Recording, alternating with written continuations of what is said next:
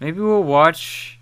There's this old debate actually that kind of openly displays literally exactly what I'm thinking.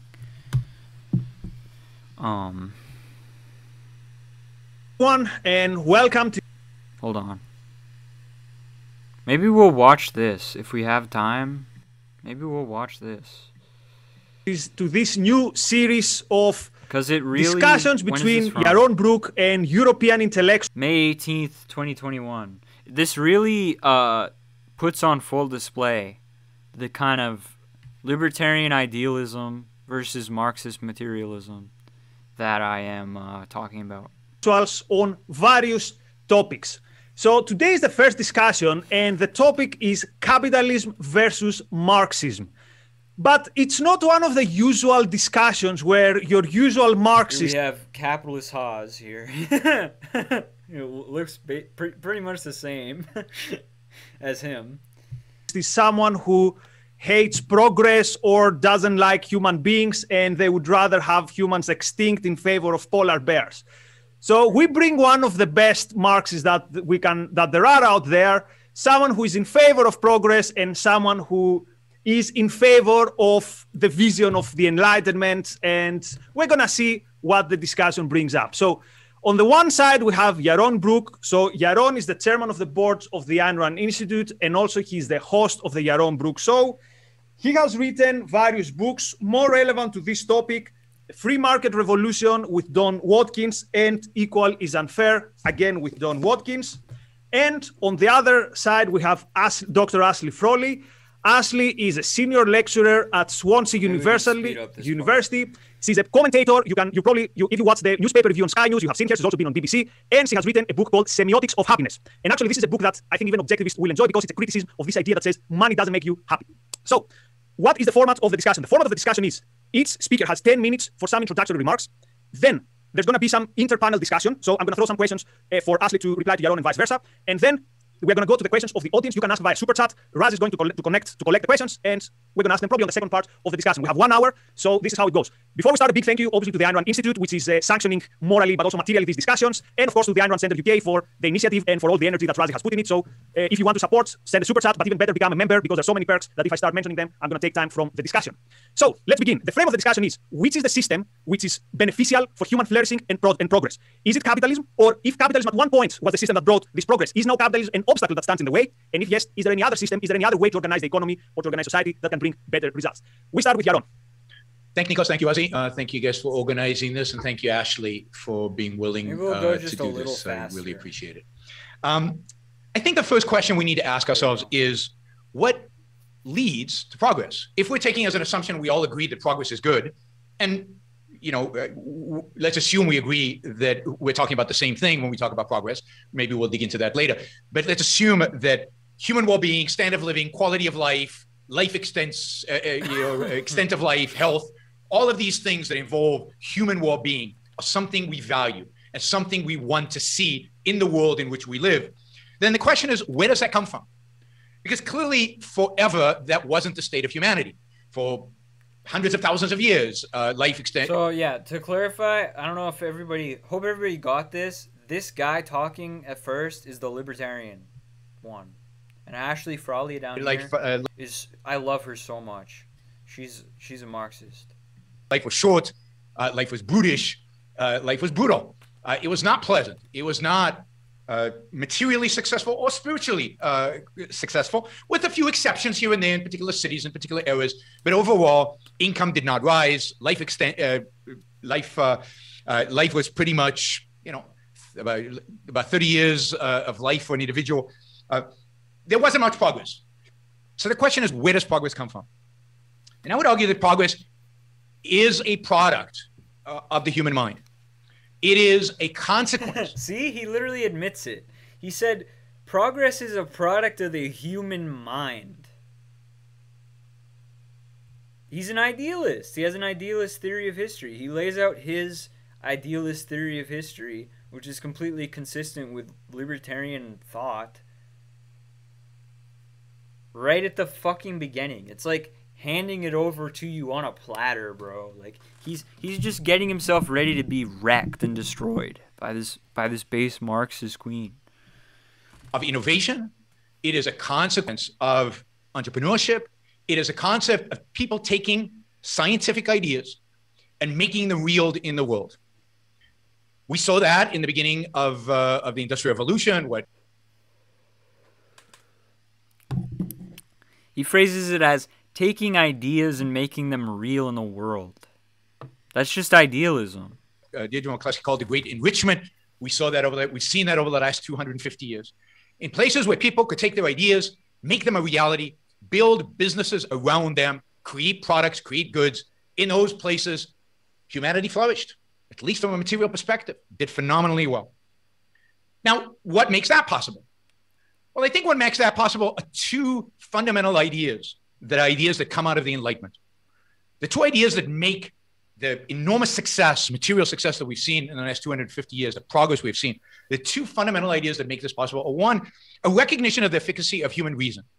That reason is our basic means of survival, but reason is our only way to know reality, and therefore to understand it, and therefore to conquer it, to shape it in order to make our lives better.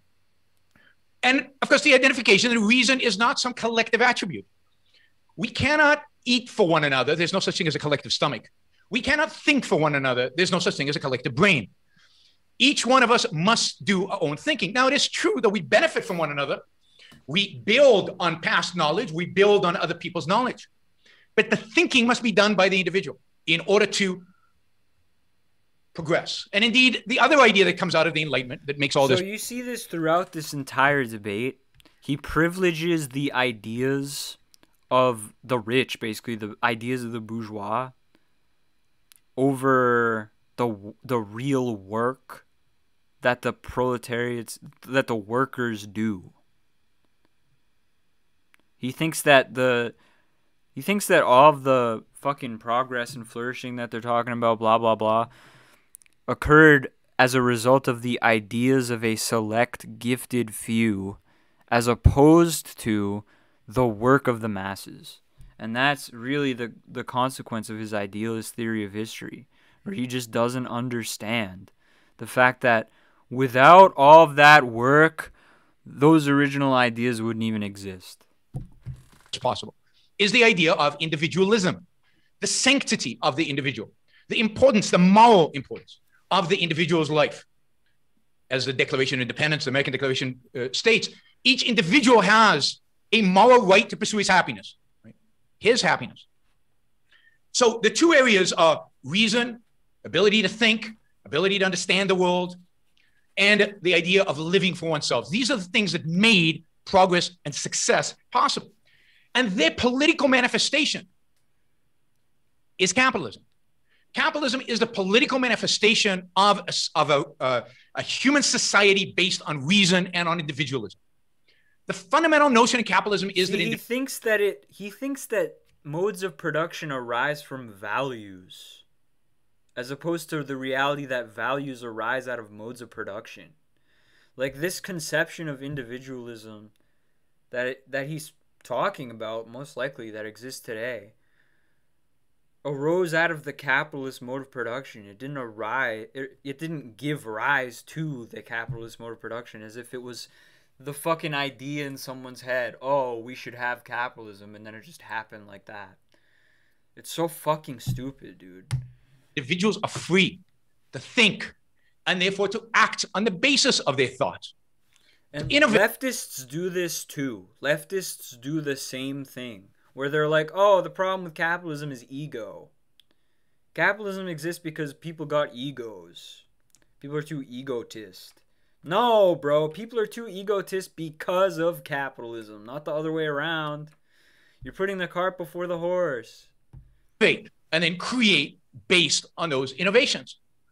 To fail, to suffer the consequence of the failure, to learn from it, and to rise up and build again. That's why idealism as a leftist makes no sense, because you just leave yourself open to every single counter-argument from people who believe in the ruling ideology. The idea is that individuals are free. Free of the one enemy that reason and individualism have.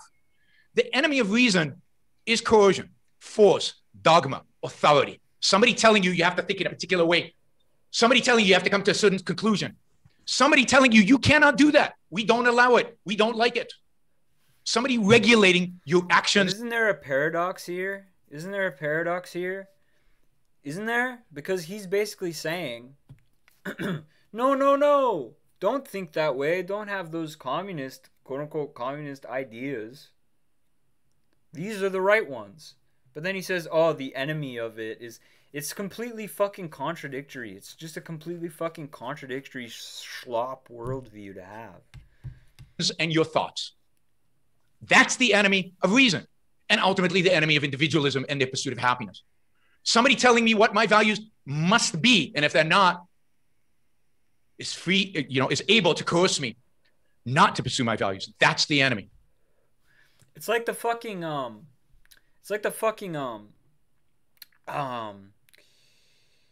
paradox of tolerance bullshit. Karl Popper bullshit. It's just like Karl Popper bullshit, basically. It's the same kind of paradox going on. It's the same kind of contradiction. Or the contradiction of liberalism in general that Dugin talks about, where it's like, under liberalism, you're free to be all these different flavors of liberal, but you're not free to be anti-liberal. So he's basically saying, no, the genius bourgeoisie figured it all out, bro. We just had this good idea of capitalism. And if you have other ideas, oh, we can't have that. But at the same time, people saying we can't have that is the enemy of our idea. It's like, it's so fucking contradictory like that. But the reason why he can get away with saying that, the reason why that works, is because under capitalism, or in this current state of things, you don't, whatever the fuck you want to call it, the ideas in your head aren't really of much consequence. So it really is like, oh yeah, you're free to think these quote ideas that we call communist, but you're not free to actually challenge the material realities of capitalism, It's like he's basically saying, yeah, it's not that he's saying this. It's just that it's true. That being a quote-unquote communist ideologically doesn't actually it's not actually a threat to the status quo to have certain beliefs. And he's basically admitting to you why that is.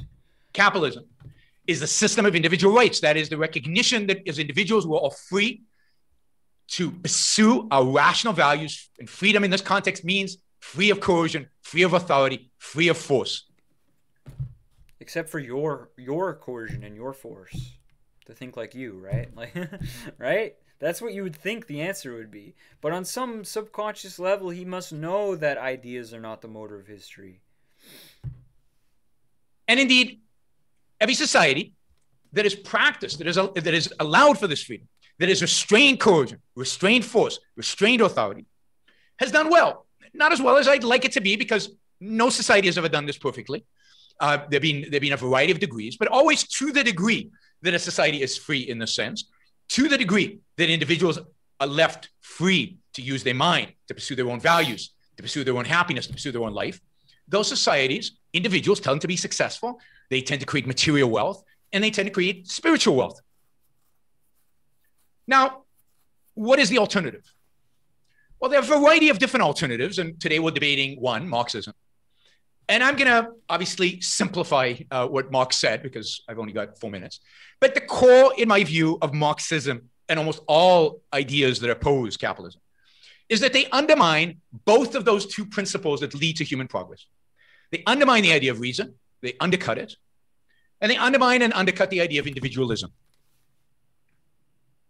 Individuals, since reason is a faculty of the individual, these two are connected. It is not true that individuals know what's good for them.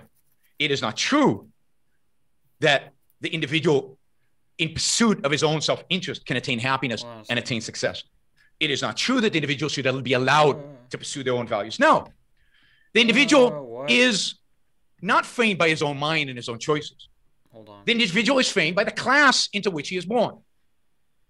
He is framed by the environment around him. To some extent, by the genes that he has.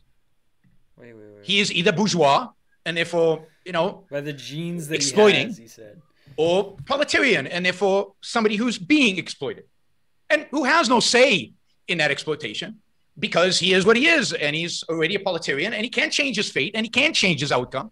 He can't negotiate better terms. And therefore, he must rebel against the system that oppresses him.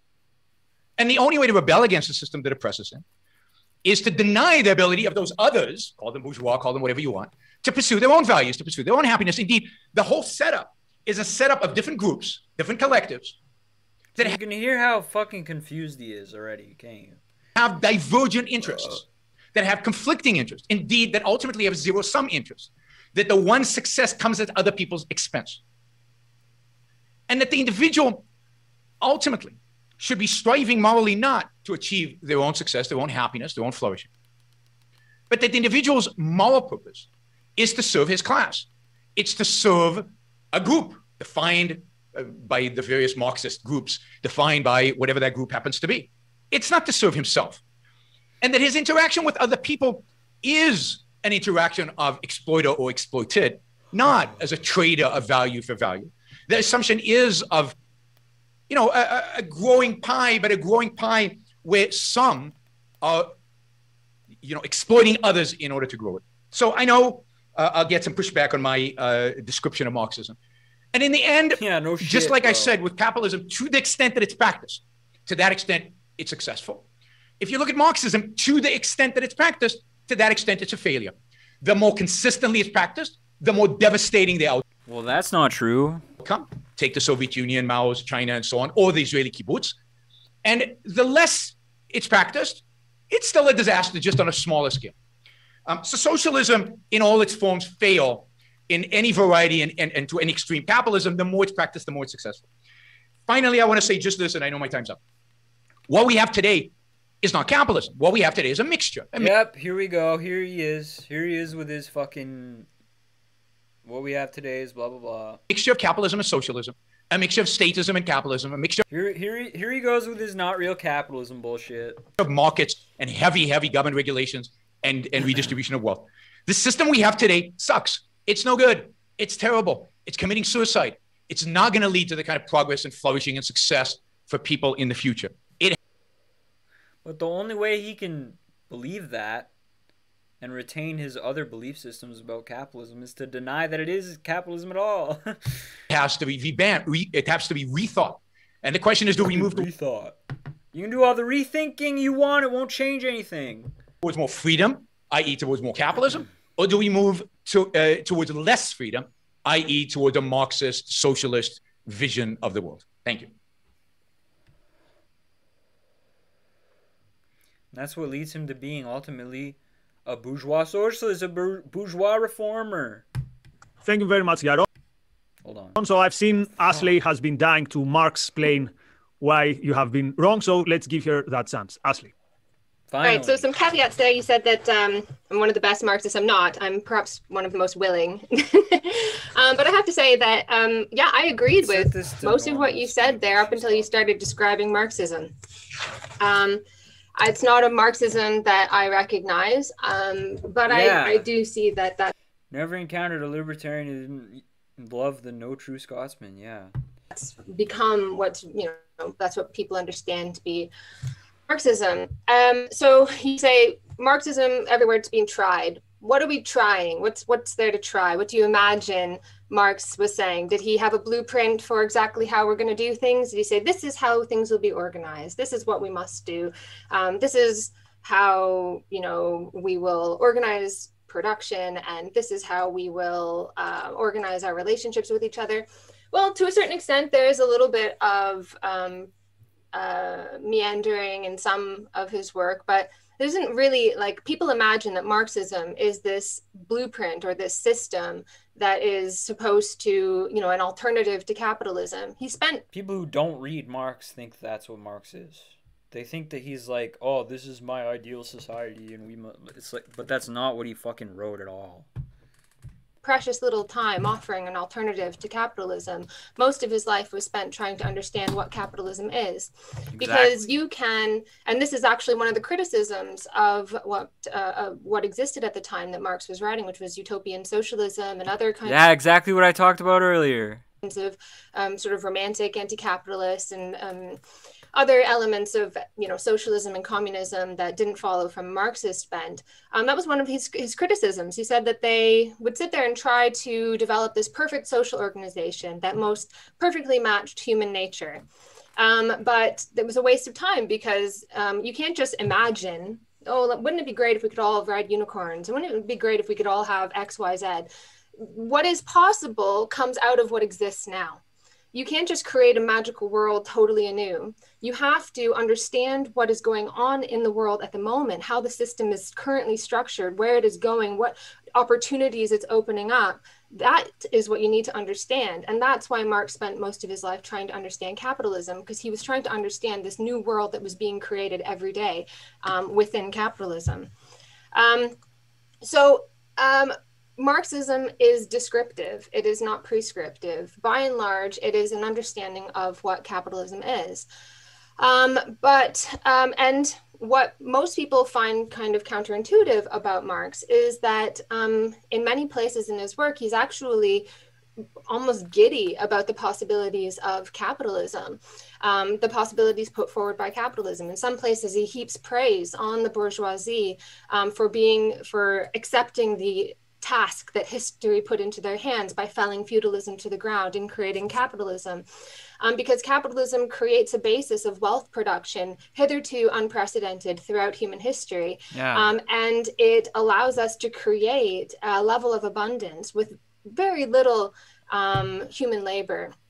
But of course, that's not its purpose. It doesn't create abundance in order to relieve us from human labor. It creates abundance through the medium of profit. So we don't reach our human needs directly. We do that through the medium of profit. And now, I think what people understand when they hear Marx talking about profit, or when I say these sorts of things, it's like, oh, so he thinks we shouldn't do that. Well, yes and no. That the profit as a driver of capitalist production, it's not that he's saying like, oh, well, we shouldn't have profit. Capitalism itself abolishes its own mode of producing profit. So this is what... Dude, she's literally speaking so many facts right now. I can't even believe it. Accounts for a lot of the kind of... like, she's literally saying everything that I was just saying earlier. Kind of the praise that Marx heaps on capitalism at the same time as the criticism, which is really confusing and difficult. Skeeter63, you're not understanding the point. You are not understanding the point. To grasp for a lot of people who maybe are coming to Marx's work for the first time. So, you know, capitalism produces communism out of itself.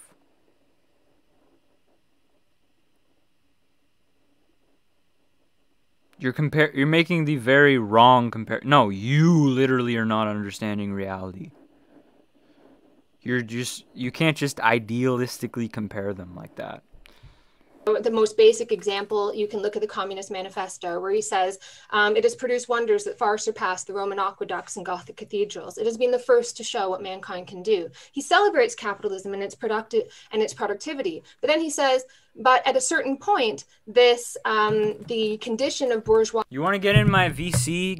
Join my Discord. Click the Joker icon below. Join the Discord. Or actually, you know what? Fuck it. I'll send you an invite right here in the chat. Join the Discord if you want to debate. Otherwise, get the fuck out of here. Get the fuck out of here otherwise. Join the Discord. Get in VC. Let me know when he's in VC, folks. And maybe I'll pivot to my own debate tonight. Wealth creation starts to undermine the process or the ability to produce further wealth. It becomes a fetter on progress. And just as feudalism, once perfectly fine for meeting human needs, was burst asunder by a much more productive system, so too would capitalism eventually be burst asunder by a much more productive system. And so capitalism has this kind of forward push this incredible dynamism that's produced through competition. So through capitalists competing with each other, they compete to drive down the costs of producing things. And part of the way that they do that is by introducing machinery into the production process. And when they introduce machinery into the production process, they push human labor out, which is actually really good for human beings. Not so great when we're in capitalism, because when you lose your job, you lose your ability. Okay, if you want to pose that question, I'll break it down substantially as soon as you join the Discord. To support yourself, but for human, in the sort of grand sort of scheme of human progress, it's a wonderful thing that we've conjured forth these enormous means of production, basically like these matter machines that can produce fantastic commodities that our ancestors never could have dreamed of with so little human input. But at the same time, the measuring rod of value within capitalist society is human labor. And so by each individual capitalist raising their profit, they undermine the engine of profit. They undermine the source of profit, which is human labor. And so eventually what winds up happening is it becomes less and less, there's less and less incentive to invest, because in order to enter into production, let's say you want to compete with like Google or something like that, you have to, go into the production process and meet an enormous kind of capacity. Or if you want to compete with, like, let's say a car manufacturer, you're gonna have to buy like immense means of production in order to do that. But what you're interested in is a return on your investment. And it's going to take a really, really long time to recoup the cost, because over a long period of time of introducing machines into the production process, you wind up basically the cost of entering is enormous. And so So she just broke down the tendency of the rate of profit of fall, the thing that I mentioned earlier that I didn't really explain. Winds up happening is the avenues for productive investment get smaller and smaller. And why bother investing then? Why take the risk? Not only could you, let's say you buy some shoe factories and you want to compete with Nike, who's been in business for a really, really... The risk of entering the competition ends up becoming far greater than the reward of participating in said competition because of its tendency to monopolize itself. Long time has enormous, and then you have less and less profits being made in general. Means of production, enormous machines, and so on. Why would you, buy all of that, and then at the end of the day, maybe never recoup the cost? Recouping the cost is going to take a really long time because the rate of profit's very low. But you may never do so because you may simply. So she's also explaining, because remember when he said fucking, oh well. In the Marxist worldview, proletarians can't escape their class. Well, she's explaining the material reasons why it would be impossible to mobilize socially like that. You may not be able to compete. You may not be able to just compete with what Nike is producing. So why take that risk? So it becomes logical then to try and find other avenues for investment that aren't productive. And so what we've seen over the last few decades is investment in enormous bubbles. Like, it makes sense. Why would I take the risk to produce something that's actually like good for human beings and human progress? I can just give loan money to students and they have to pay it back. It makes sense to do that. And this is one of the things that makes Marxism actually one of the more humanist approaches, because his understanding of crisis, his understanding of the ultimate undermining of the engine of progress within capitalism doesn't rely on human greed. It doesn't rely on human error. It doesn't rely on people being bad or mean and nasty. It starts with the exact same premises of bourgeois economists, the rational individual. And it's people, the system in its very proper functioning, even in an ideal sense of it functioning just the way that people say that it should, not people making mistakes. That's what leads to crisis. So at a certain point, what is a wonderful system that's very, very productive and produces the basis of a whole new world in which we can create with very little labor, actually turns around and starts to, the profit motive starts to weaken, and there's less and less incentive to invest. Okay, so I think I went into way more. See, you need some kind of systemic understanding. You can't just think in terms of individuals. You need some kind of systemic understanding, because these systemic factors and these structural changes are not up to individual whim and action. It's just the functioning of the system as an entity separate from the individuals which comprise it, dude. And that's like the basics of fucking Marxist alienation. It's really not about like feeling socially bad. It's literally about the way that our societal structures become kind of Cthulhu, Lovecraftian objects beyond our own control. More detail than I was expecting there.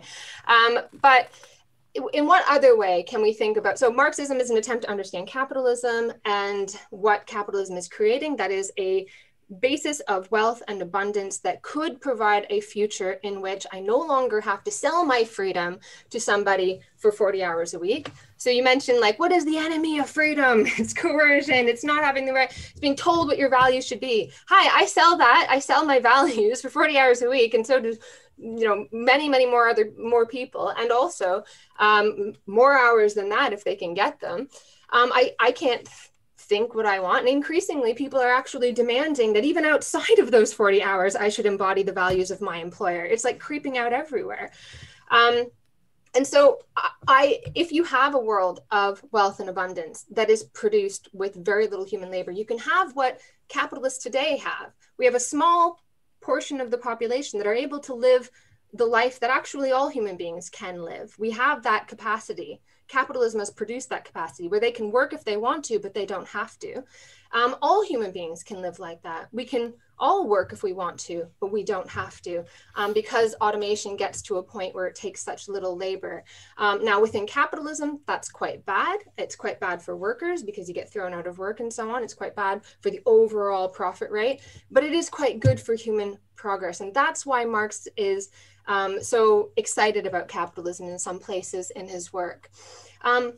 But in what sense can we think about Marxism as a system? Well, it's a system that attempts to understand the movement of history. So it's historical. Marx tries to understand how feudalism, out of feudalism, emerged capitalism, and how some things that existed within that system kind of in many ways carry on into capitalism, but in an obscure form. So when you were a feudal serf, you worked some of the time for the feudal lord, and you worked some of the time for the capitalist, for yourself, for your family. You work some of that, so it's obvious. You grow your produce, you see it right in front of you, you cart it over to the feudal lord, it's gone. Within capitalism, that is obscured. So we have the wage relation. So you are paid the value of your labor. You are paid the value of your labor power. No VC, I guess. No debate. Whatever. I have to pee. I'll be back.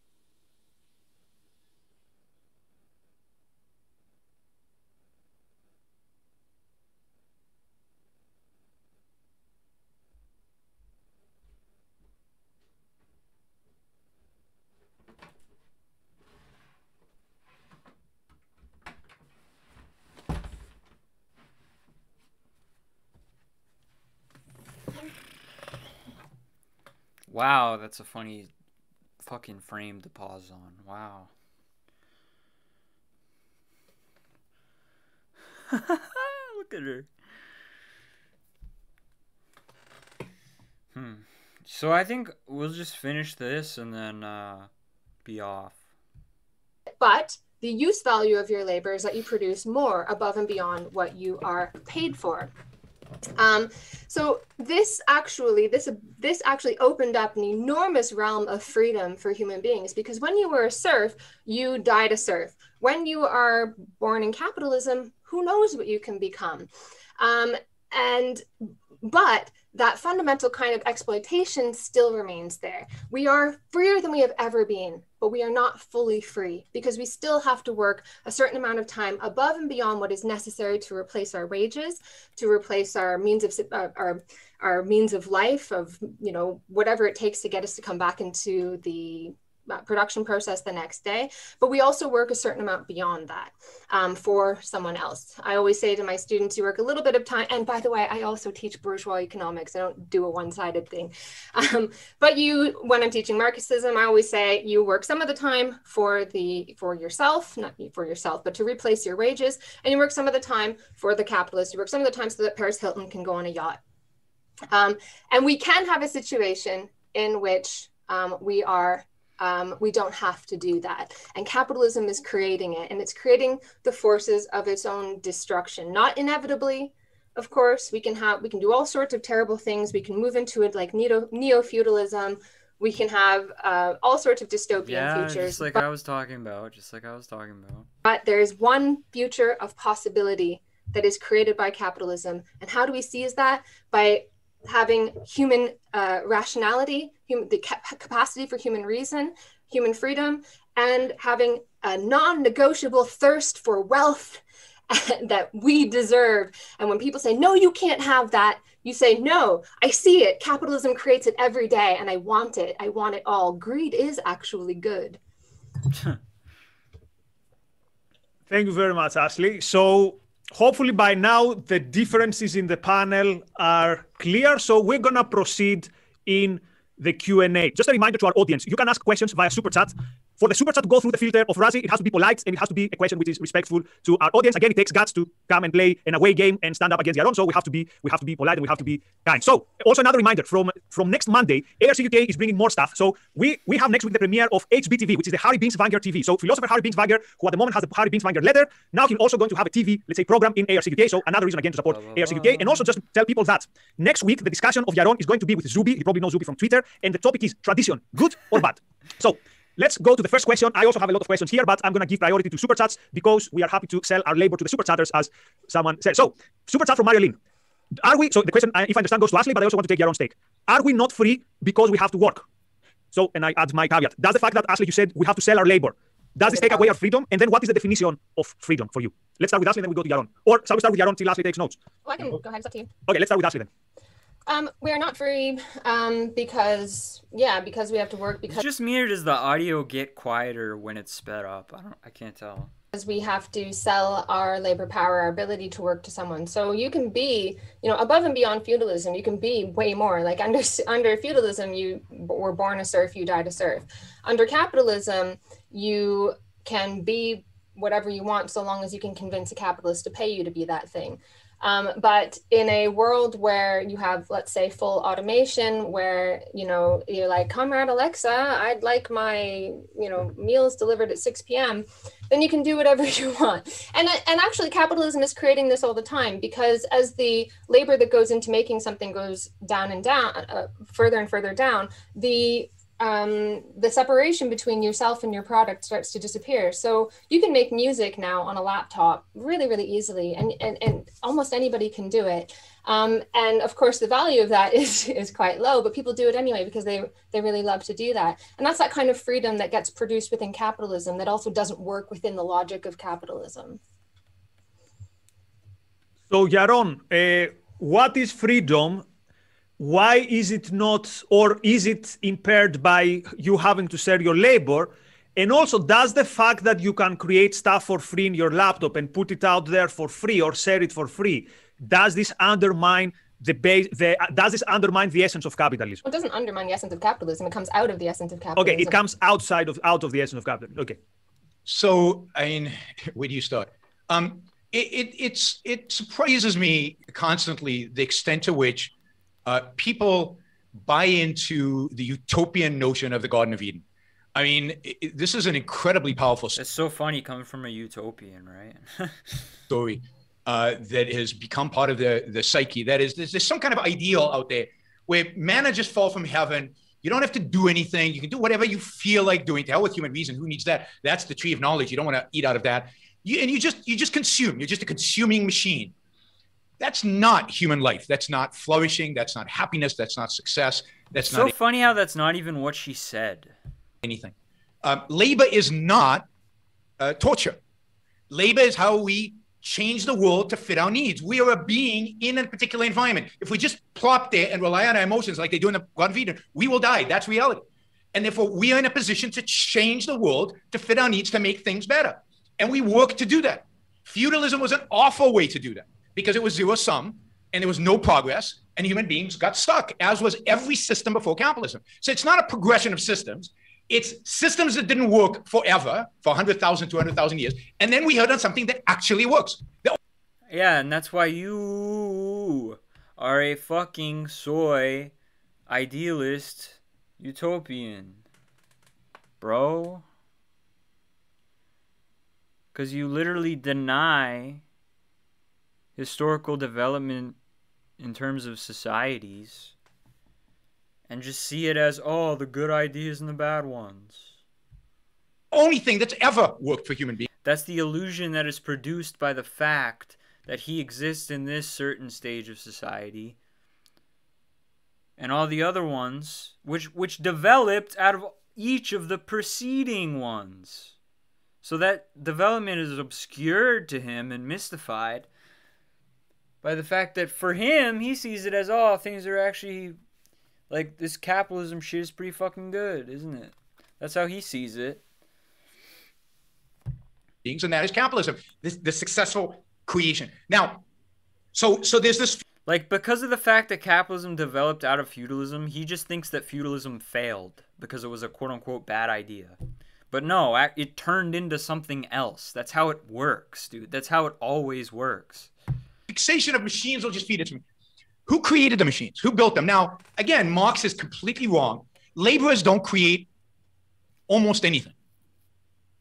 Labor is simple. Labor is interchangeable. Labor has very little value. That's a reality. Where do machines come from? Machines come from a few particular individuals that have the imagination, the gall, the guts, the energy, the passion to organize capital and labor in order to make their reality real. In all of the history of the last 250 years, there are very few cases where a bunch of laborers arrived in a particular place and said, okay, let's build something, and built it. I mean, maybe you can find one example here and there in some commune in Spain or something, but it doesn't happen. The fact is that progress, innovation, ingenuity, technology, everything involves an individual's mind. Now, Marxists say, to hell with that. That's not of any value. The people who really create the value are those workers down there. No, those workers are basically doing... Yeah, more of his contradictory worldview. You do labor to improve your world, but also labor doesn't do anything. That's what he's saying. What somebody had the audacity to imagine could be done. That person is not exploiting them. You could argue that they're exploiting him. I won't argue that because I don't believe that. But to the extent that anybody's getting the short part of the stick, you know, somebody like, I was going to use Bill Gates, but Bill Gates is not a good name to use these days, given that his troubles. But, you know, somebody like Steve Jobs or Bill Gates created trillions of dollars of wealth in the world, created as individuals because of their ideas, because of their ability to organize, quote, labor, programmers, managers, laborers to build a machine, supply chains. They created trillions and trillions and trillions of value in the world. But they didn't organize all that themselves, bro. What are you talking about? Some of that value was captured by labor.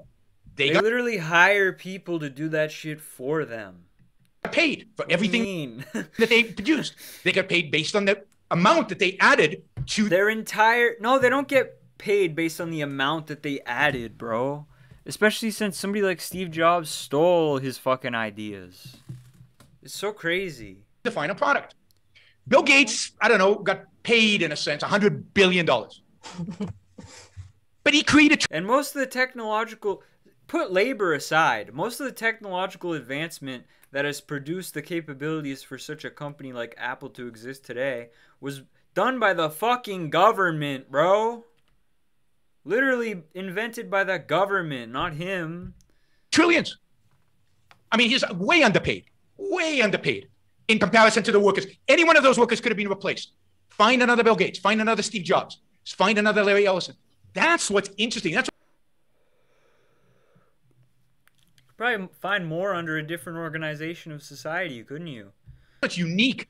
And the whole, freed people's fucking real human ability to be creative from the fetter that capitalism creates of their immiseration in their laboring position. Hopefully there'll be a question about investment, because the whole view of investment is wrong and is not reflective of reality at all.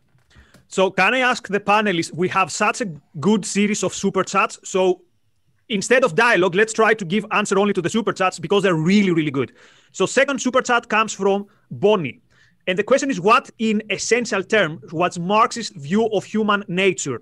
And to put this question into some context, so Yaron mentioned that capitalism is the system that is, in a way, in accordance to human nature, that we need reason and freedom in order to survive.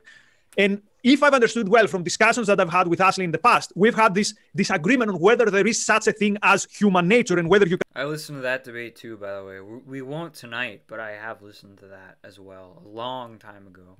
Can build a system based on human nature. So, Ashley, can you tell us what is Marx's view of human nature and how do you view the topic and whether we can build a political system based on human nature? Excellent question, Bonnie, by the way. Thank you. Okay, so Marx's view of human nature is its ability to create its own nature. So he writes, it is the everlasting nature imposed condition that man must work on the world. And in so doing, we work on ourselves. We have different ideas because we create different things in the world. We are the only animals that create the conditions of our own life, and in so doing revolutionize the societies in which we live. And that makes us different from animals. So that means that you can't, that's one of the reasons why you can't put forward a kind of blueprint for society, what it's going to be, and this kind of essential human nature and all these human requirements and so on. Because by creating things in the world, different ways of doing things, we create different ways of flourishing.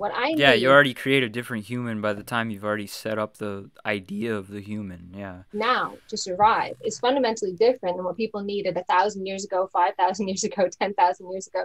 The ideas that I have in my head are fundamentally different because we have different ways of doing things. So I mentioned feudalism, for example. So under feudalism, you had a fundamentally different idea of human nature. People thought, it is in the nature of the serf to be a serf. It is in the nature of the king to be a king. It's in the nature of the slave to be a slave. They thought that people were just born like that. Yeah, they're all afterthoughts, though. Because there was such a rigid kind of concentration of wealth within this class structure. It didn't really change. And that's how it was. It really did appear as though people were born serf, and that was like inside of them. That was their essence. But then capitalism came and that blew the whole thing open. And suddenly someone could be born a peasant and wind up in New York, as a baron, or not so bad word to use, but a capitalist, something fundamentally different. And so then we have fundamentally different ideas in our heads about human nature. That we start to have this idea of like fundamentally qualities of human beings, that we have a basis of, well, what is it that makes us all human then? What is the essence of human beings? That question starts to pop up and we say, well, it is the essence of human beings to have reason. And then we have science that comes out of that and so on, that, I have a mind and you have a mind and I can show you the same thing and you're going to see it and you're going to come to the same conclusion as I do. And all of these things come because we revolutionize the way that we do things. And so you can't say, in order to have human flourishing, we need this, and develop this kind of list of things. And now let's create this society which hits all of these things. No, you see what's happening in the world and it is changing. It is changing. And we can say, well, there are some things about these changes that I want to hold on to. And there are some things that I want to push back against. So there is this enormous pull backward. So we have a problem. Let's say we have a crisis, an economic crisis. And there's this backward pull. This crisis warns us that there's something going on here, that this system is inherently crisis bound. And there are people who want to say, okay, that's fine. Let's default to the negative side of that, the regressive side. Who needs economic growth? Money doesn't make you happy. And then there's the progressive side of that, which says, well, hold on a second. How can we have a crisis? Why can't I eat? When the crisis is that we've produced too much, and not too much for human need, but too much for some asshole to make a profit from. So that reveals to you that this system is not an absolute system for the She speaks so many facts. Creation of wealth, but has come into conflict with the further production of that wealth. And then we hold on to that and we say, I want to have that progressive side. How can we maintain the progressive force of capitalism, these enormous means of production? And how can we turn them to human ends, to human needs directly rather than indirectly, which creates these problems that we have, crisis and the backward motion and so on. Just to make sure we don't switch the discussion to the issue of crisis of capitalism, because I know both of you have, that could be a different episode. So Yaron, issue of human nature. So basically Ashley says that in a way, is it that you're a bit like a central planner, that you say the best societies have this and this and this and this? I don't understand the way you phrase the question. So, but I'll say this: human nature is. I mean, actually hit on it in the middle there. That is that it's human beings have reason. Human beings are the rational animal. Aristotle hit on this a long time ago. If we paid attention to it in 2,500 years ago, we wouldn't have had a dark ages. It's a negation of that idea. It's a negation of reason that leads us to dark ages and to dark. No, it isn't. Societal change is not based on ideas, bro. Get with the program. It's like she just said all this stuff and it completely rolled off his back like a duck. Like he doesn't even none of it's stuck in his brain. He's that dogmatic in his idealism. And yes, I'm all for, we have different ideas, we have different things. So yes, leave people free to do it. And if Ashley comes up with the idea that, to each according to his needs, from each according to his ability, then great, go found a commune and do that. That's the beauty of capitalism. The beauty of capitalism is you can start a workers' owned co-op. You can start any kind of structure you want, free of intervention, free of coercion. You can't do that the flip side, right? Any kind of politicization of Marxism involves somebody telling me what I can and cannot do. Somebody telling me what kind of relationship I can have with Nikos and what kind of relationship I can't. He's not allowed to be my employee even if he wants to. Capitalism is something that when you protect people from coercion, authority, you leave them free to use their mind, to pursue their own values, emerges from the choices people make. It isn't shaped and constructed and put together. All we do from the top is protect people's freedom and then let whatever emerges. And if it turns out what emerges, I mean, this would be shocking, but if it turns out what emerges is from each according to his ability, to each according to his means, so be it. But I'm willing to put down everything I own as a guarantee that would not happen. So would I, though. So that's the thing, is that what Marx is saying is with that line is that he's actually criticizing another socialist group at the time who would put forward that as a slogan, as a demand. Because you can't just put that forward as a demand.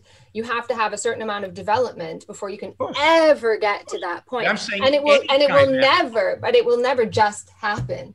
It will never just happen, and unless we dogmatically hold on to certain values that are indeed produced within capitalism against the forces of capitalism itself. People, let's not interrupt each other because there are. So the next super chat is as if we ordered it. It's exactly on this. It's exactly on this point, and it's directed to Ashley. So the question is, what's stopping Marxists from starting their own town/societies and carrying out their ideology? Why does it appear that they need to parasitize a functioning yet imperfect capitalist society? This question is just a symptom of their broader idealist view of history again. Ashley. Sorry, what was the end of that question? Why do we have to parasitize? So basically the thing is, why do you have to expect from the capitalists to build the means of production to take them, and why don't you build your own society somewhere else? Well, we tried that, and it was, a constantly at war, and constantly under destruction. One of the problems that faced the USSR was that you can't just have like a little commune where everybody lives like Smurfs. That's not the idea. That's not the goal. Nobody wants to go back to any kind of past where we imagine that our relationships with each other were fully developed. What we want to do is create a situation where what capitalism has created by alienating human beings from the products of their labor, by separating human beings. So in the past, let's say in the Smurfs, you created something and you consumed it directly. Capitalism separates you from the product of your labor. You don't consume it directly. You make a product, you have no claim to that product. It goes to the capitalist, you get wages, and you buy your means of subsistence somewhere else. And so you're separated from the product. But that split allows them to come back together in a higher form through development of technology and so on. So as I mentioned before, you were split from, making music or whatever, and maybe that's a bad example, and then it comes back together in a higher form where you can think it and you can create it in a much more technologically advanced way that was possible before. So it's a whole movement of the entirety of the society. That's what we are trying to understand. What happened with the USSR was they recognized that they had to have a revolution in many, many different countries. You can't have just like a little tiny little commune where you all live like Smurfs and live in your own imaginations. It's basically suicide. There had to be some kind of global movement, or else you would never be able to move beyond capitalism. You would have to trade with outside countries. Those countries would still be capitalist. Therefore, you would maintain the money form. And so all of the contradictions of capitalism would be maintained. And so there isn't some wonderful utopia that I have dreamed up in my mind, or that Marx dreamed up in his mind, that could just be put into place in some little village. It is about the whole movement of society, and about trying to take control of that movement and try to direct it toward human ends directly, because right now it is indirectly. We don't produce directly for human need. We produce for profit and meet human needs in that way. But if there are needs in the world that can't be met profitably, then those needs will go unmet. If there are problems in the world that we can't deal with profitably, like climate change, for example, then we can't deal with that issue. And the idea is that we have the ability to do all of these things. We have the ability to deal with all sorts of problems, but because we deal with problems indirectly, we can't deal with them. And so the idea is it's trying to understand the whole movement of history and trying to direct it consciously to human ends. It's not an idea of us all living harmoniously with each other. And one thing that I wanted to mention too is that it's also about the freedom of the individual. It's not about living for each other. Right now, I live for other people. That's what I do. I am part of a production process that is very much entwined with other people. I spend whatever it is I mentioned before, 40 hours a week or more if they can get me to live for someone else's needs, someone else's things that they dreamt up. I want to live for myself, and not having to be involved in wage labor. Eventually, the abolition of wage labor, which seems to be the natural process of capitalism, by removing human beings from the production process, will eventually free us to do that. So it's about the whole movement of history and to free the individual, as Oscar Wilde said, from that horrible necessity of having to live for other people. Yaron. I mean, this is magic thinking. I mean, this is the negation of reality and negation of reason. Technology just happens. It just appears there. Machines are going to produce all our goods. They're just there, and I'm going to be able to do whatever the hell I want. It doesn't just appear there. It comes about as a process of capitalist competition. In order to get any of this, you're going to have to create values. You're going to have to create values for other people. And there are going to be all kinds of ways in which you do that. All kinds of voluntary associations that you're going to create with other people in order to produce values on different scales. And different people produce different sizes of values, different quantity of values, different importance of values, different, both spiritually and materially, this is going to be different. Therefore, people are going to be different. They're going to be able to afford different things. It's not, and this idea that all our needs are going to be produced automatically is absurd, because all our needs have to be produced by somebody. Yes, we can build a machine for need one, but need one only creates 500 other needs that then we have to build machines to create them. Somebody has to build those machines. Somebody has to have the idea of how to build those machines. Somebody has to write the music. In order for you to make a living off of that music, somebody has to buy that music. It has to be of value to somebody. That's all capitalism. None of that is Marxism. All of that depends on private property. Marx explicitly says that communism is the abolition of private property. He's for the abolition of private property, and property because capitalism abolishes it itself. But it doesn't. That's all complete nonsense. That's not what capitalism is, and it's not how capitalism has evolved, and it's not what we're seeing. Okay, so where does automation come from? I'm just curious. Where does automation come from in all of this? What's the driver of automation? The driver of automation is profit, but automation doesn't destroy jobs. That's bizarre.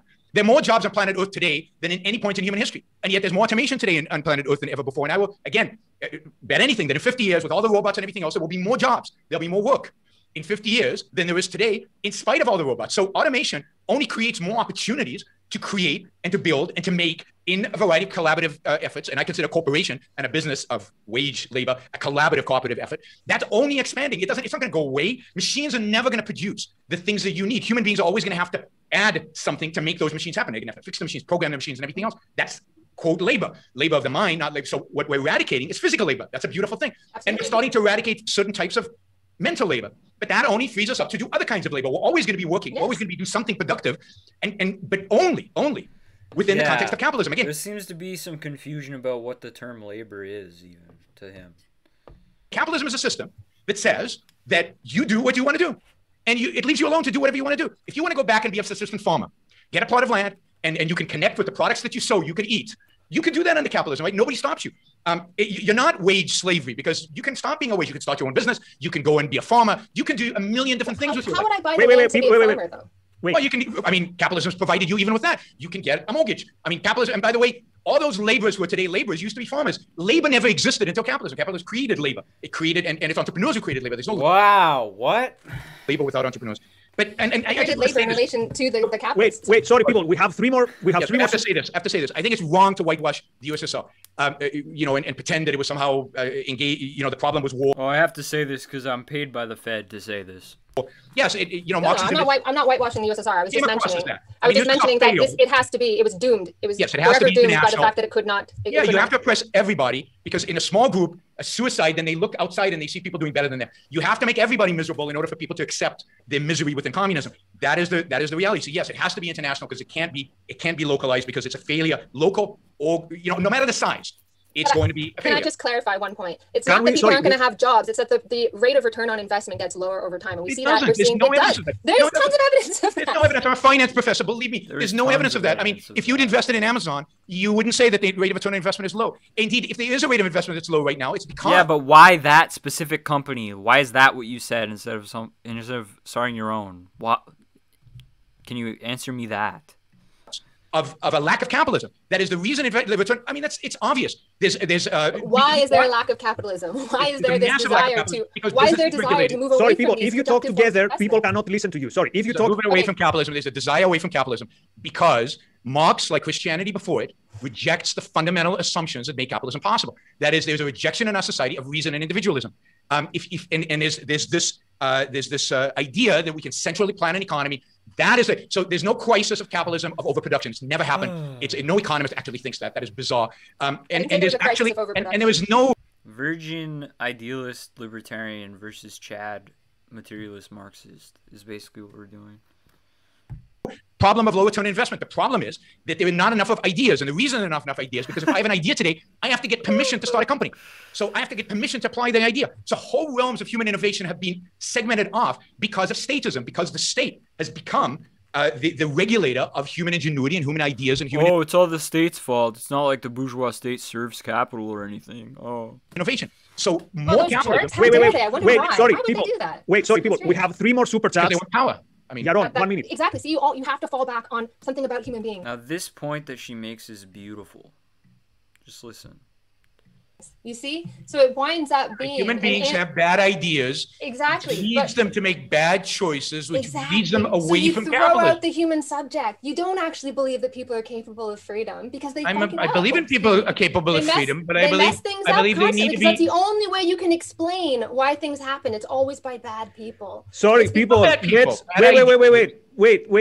have to, Sorry. Go ahead. You want a deterministic history, which is what Marx is. I don't believe in determinism. It's not determinism. There are many different ways that things could go. I didn't say definitely going this direction. Evolution of history. I mean, Marx didn't believe that. I didn't say that we're definitely going to socialism. I actually said that there are many different paths that could actually happen if we. Okay, sorry. I could have just showed that part in the beginning, and that would have made my point. Sorry. We have three more super chats in 3 minutes. So we're going to do it battle of ideas style. I'm going to throw all 3 questions and you pick whichever you want. Okay. So let's respect our super chatters and put their questions out there. So question number 1, if my life no longer benefits others, asked Fabian, is it still okay? So basically, if I understand it, this means, is it okay to live for yourself or does it go against something that Ashley said? Second question, if there were no employer/capitalists, what do you think people would be doing to survive? Farming, hunting, or hunting gathering? To what era do you want civilization to go back to? Next question. No, we don't want to go back. That's the point. We're not reactionary socialists. We're communists. People find meaning and purpose in being productive at their work. Is it possible that people find meaning and purpose in being productive at their work? Someone agrees with Yaron that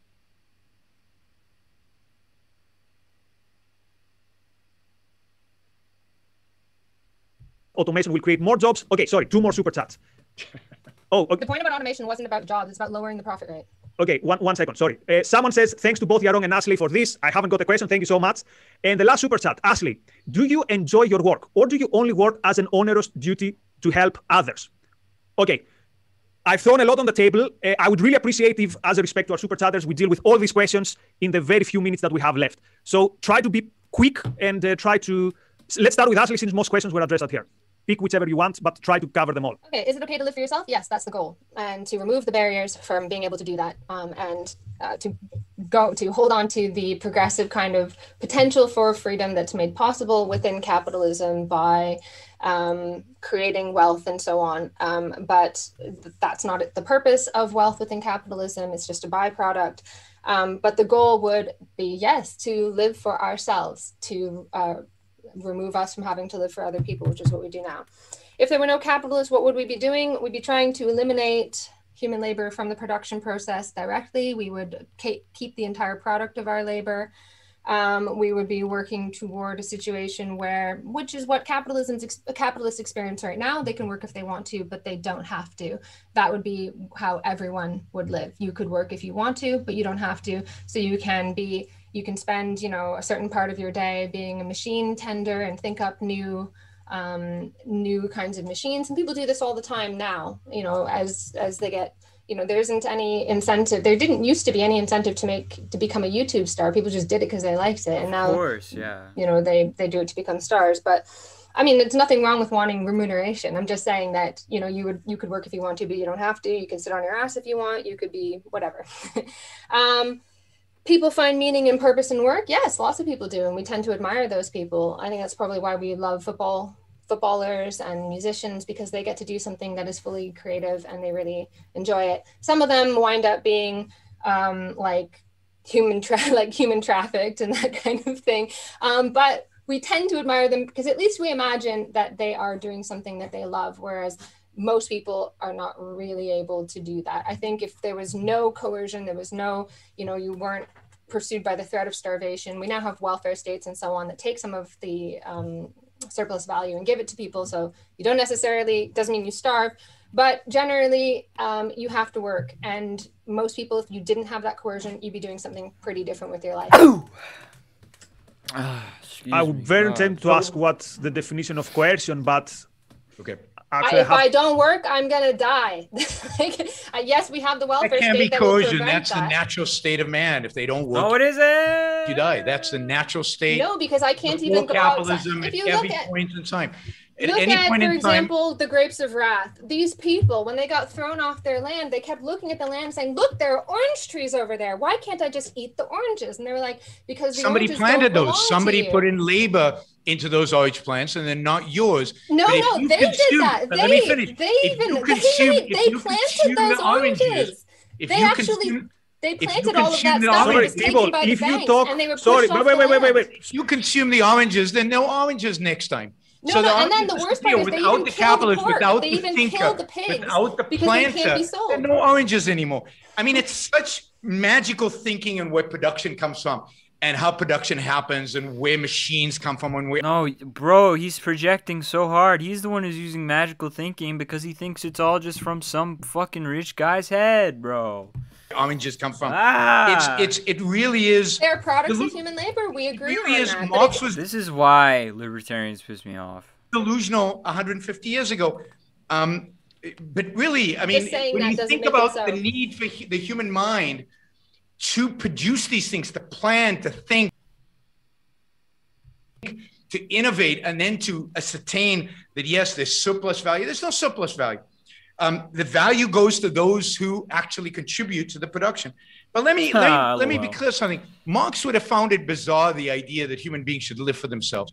And if you don't believe me, read a powerful essay that he wrote, my favorite piece that Marx wrote. It's on the Jewish question, where he lambasted the Jews for what? For living for themselves, for pursuing their own well-being, for pursuing their own monetary well-being. Bro, everybody who brings up Marx's essay on the Jewish question has not read the essay. I guarantee you they haven't. People love to bring that up.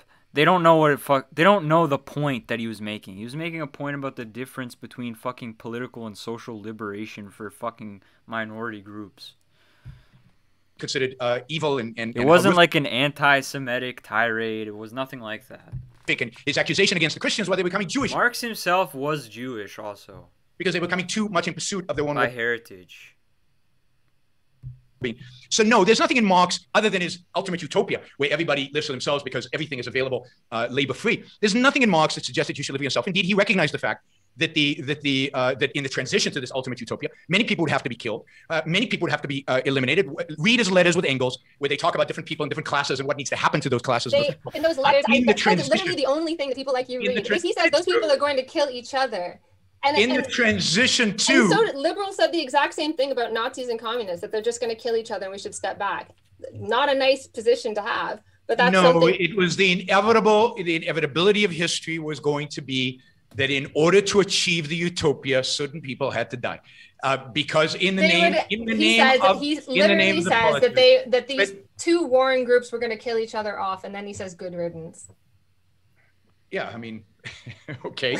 Yeah. Oh, and then you I don't know. But he says more than that, and there's more than one letter. Oh, good riddance.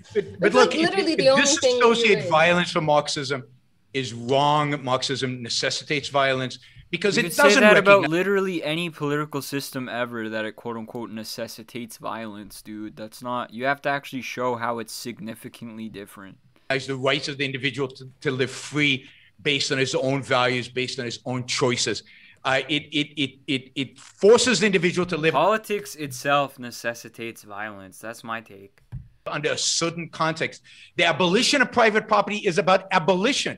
Not the phasing out of private property, the abolition, which means the taking away of private property, the taking away of people's hard work, of taking away the people's innovations, of the creation of people's minds. It necessitates violence.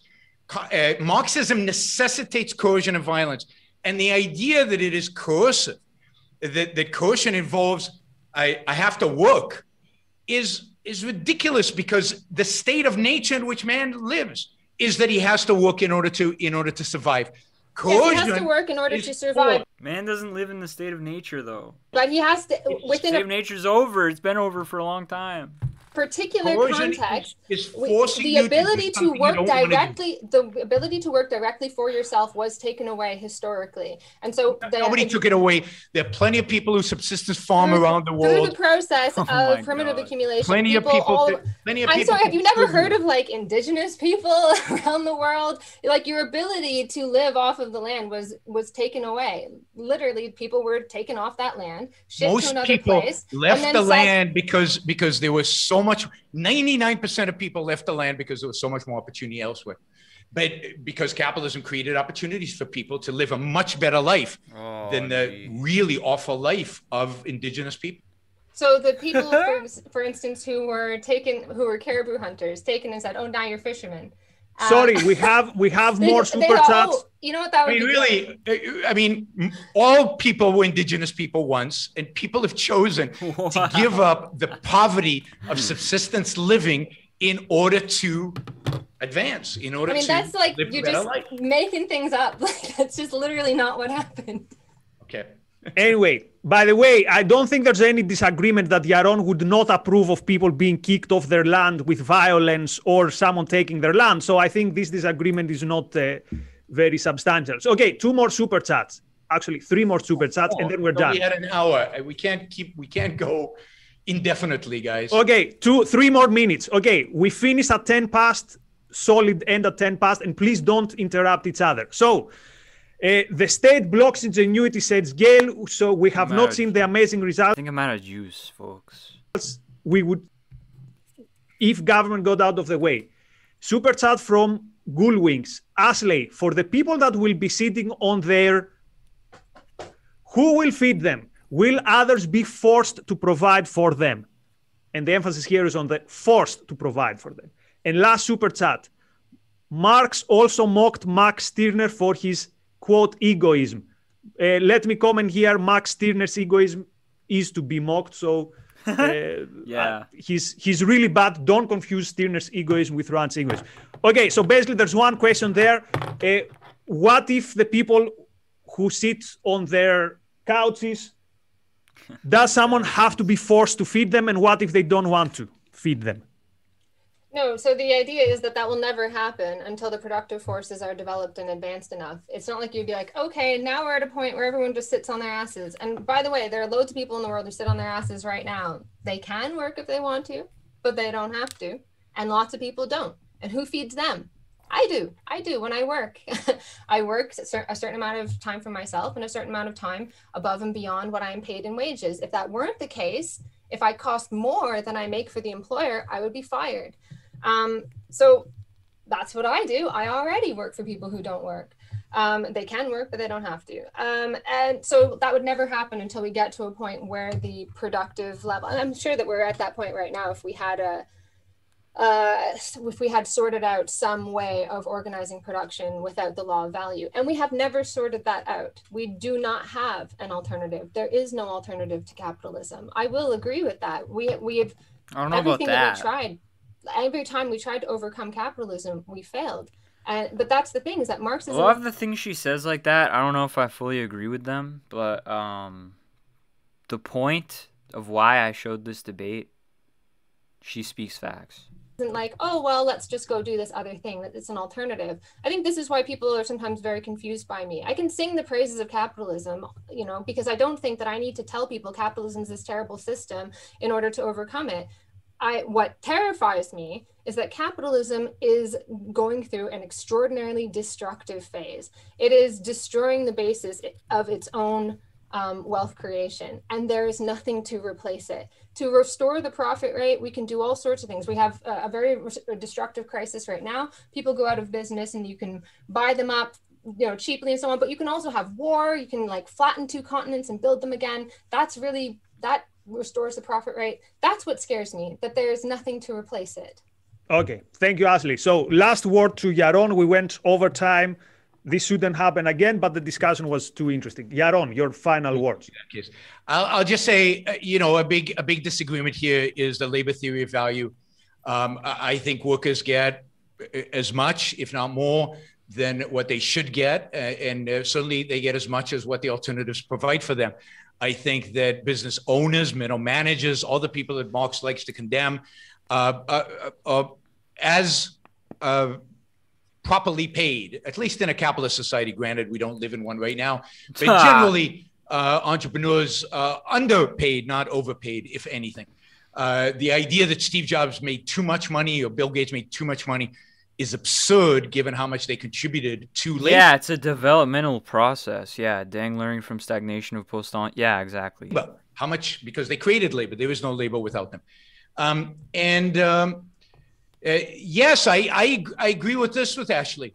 I too am worried where we're heading. We're heading towards some kind of feudalism, state-controlled, so-called state-controlled capitalism, which is not capitalism, but another form of socialism, whether it's fascism or socialism, or how you want to define it, or feudalism, how do you want to define it? We're heading in that direction. There's no question. And we're heading in that direction because of people not understanding what capitalism is and the virtue and beauty of it. And because capitalism is constantly being undermined in our political system. And I think the reason for that is because we, the capitalists, have not done a good enough job defending it and explaining it. And that the anti-reason, anti-individualism, anti-egoism philosophies out there are so deeply rooted in our society that it's hard to unroot them. But that is our job. Our job is to unroot those and get rid of those ideas so that we could have capitalism. And capitalism doesn't get replaced. It is the system that exists forever and under which we all flourish and under which we all achieve some kind of utopian. How does that not sound ridiculous one day? Okay, let me wait. They're trying to explain. Can I just agree with Ayn Rand on something? That people are actually observing something real happening in the world. They didn't just conjure up these ideas out of nowhere and be like, oh, geez, you know, why don't we like go back? Why don't we? They're seeing something happening in the world and they're trying to explain it. And they're trying to explain it in a context where there is no alternative. We can't go forward. Let's go back. I agree with you. They are the enemy. But these ideas don't just come out of nowhere. They exist in a context. People are actually trying to explain something in the world. However, I agree with you. There are lots of problems in the world today and people are trying to explain them. But that doesn't make the explanations correct. Most of the explanation, 90% of the explanation are wrong, are corrupted, and they're corrupted by very, very fundamental ideas that are part of... What are they trying to explain? They're trying to explain the progressive stagnation of capitalism, the fact that they're trying to explain the fact that statism... that growth just doesn't seem to be happening, that the historical rate of profit is tending towards zero. Okay. Sorry, people, you are talking over each other, so let me finish on a positive note. So I'm very thankful overall in my life to both Ashley and Yaron, because for people who know me, know that me hanging out with Ashley many years ago was the turning point from me being a boring misanthropist, new leftist. So that was the starting of my journey. And then that journey, you know, when I came across Yaron, led me where I am today. So don't blame me for that. Oh, your fault, Ashley. So I'm very proud. I'm very happy with today's discussion. I hope the people enjoyed it. So many thanks for the super chatters. Thanks to Raj for organizing it. Thanks to the Anon Institute for supporting it. Thanks to Ashley for showing up and facing Yaron in this discussion. And I hope people got some value out of it and got some food for thought. And we're going to be back next week for more. And we're going to be here every Tuesday for some Tuesdays with Yaron facing a European intellectual. So many thanks to both. Many thanks to our viewers. All the best. Bye-bye. Thanks, guys. All right. Okay. That's it. That's it, guys. I hope you enjoyed our anti-idealism stream. And I might be back tomorrow sometime soon. I might just stream. I might just keep doing it. So subscribe to the YouTube. Follow me. Thank you for following me. And Jackson Haas vs. Destiny Azov something. Maybe, yeah. Even though, I've already watched that one. Maybe I will do that one. We'll see. But hopefully this was educational and stimulating for your mind. And I will see you next time.